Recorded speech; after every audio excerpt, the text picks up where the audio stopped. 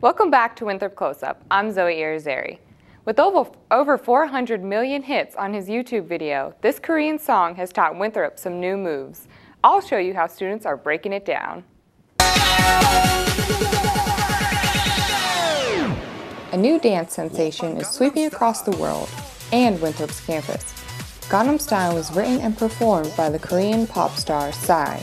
The song is all Korean except for parts of the chorus. Winthrop students have lots of different reactions to this song. Not a lot of non-English music, I guess, non-English spoken music makes it in America, and to hear this song, it's great. First I thought this is really stupid, and then I watched it again and I was like, this is really cool. Honestly, I thought it was a crazy dance. It was not something I would have ever seen myself doing. While it may be different, it's definitely catchy.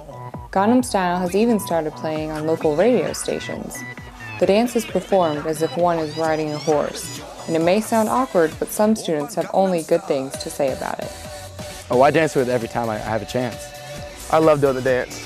I do it in the car a lot. Don't do it in the car. It's kind of dangerous. You look foolish. Some enjoy doing the dance all the time, but one student wouldn't advise doing it just anywhere. I recommend people not do this in public. You get lots of stares. Students may not know what Psy is saying, but they sure do know how to do his dance. If you haven't seen the full video, search for Gangnam Style on YouTube. This unusual dance isn't the only thing that has students performing. Ted Patterson shows us students from all over campus preparing for live theater. Many people have dreams of making it big as an actor or actress. Though you may not win awards, the theater department held auditions for the Fall One-Act Festival to give students a chance at the stage. It's a great program. It's an amazing opportunity for students. The One-Acts not only gives students a chance to perform, but also acts as a class for students who want to direct. In the beginning directing class, you learn sort of the basics of directing. When you're directing two, we do a little bit more about theory, but the focus is on actually producing a one-act play, taking it from selecting it, getting a concept, to auditions, to fulfilling, producing it. After the audition, the directors will ask the actors how far they are willing to go for their character. Questions that we would feel would be important to let them know about if they were cast for a role like this. It also kind of helps us being like, okay, if they're kind of hesitant at first, but then they eventually say okay, even though we tell them it's okay to say no. If you're not okay with something, let us know. In the theater, there is never a restriction of who can or can't be an actor. And we welcome everyone from all across campus. We always welcome them because in this case, we need close to 40 actors for these 9 plays. So we need bodies and we need actors. Be sure to come and see the One-Acts this November. I'm Ted Patterson reporting for Winthrop Close-Up. To find out more about upcoming auditions, be sure to check out the theater website at winthrop.edu. If you're looking for a break from campus but don't have time to travel, why not spend Halloween in Rock Hill with an annual festival? Located on East Main Street, Boo Ha Ha is York County's 3rd most popular event.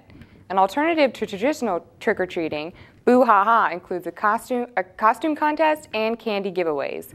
Festivities kick off at 5:30 p.m. behind Getty's Art Center with a dance party. This year, students from Winthrop Theater are expected to portray the Addams Family. Tow Mater from Disney movie Cars is also scheduled to make an appearance, along with the Rock Hill Fire Department.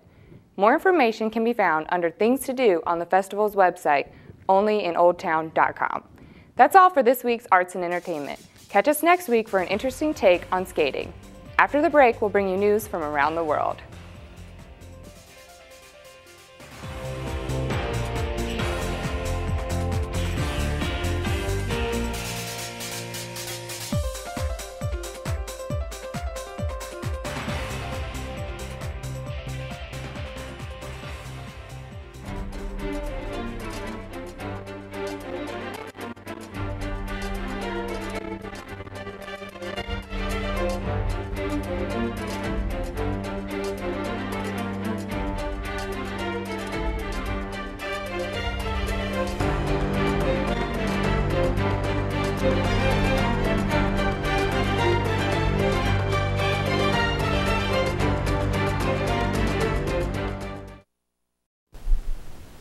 Now for a look at what's happening in world news.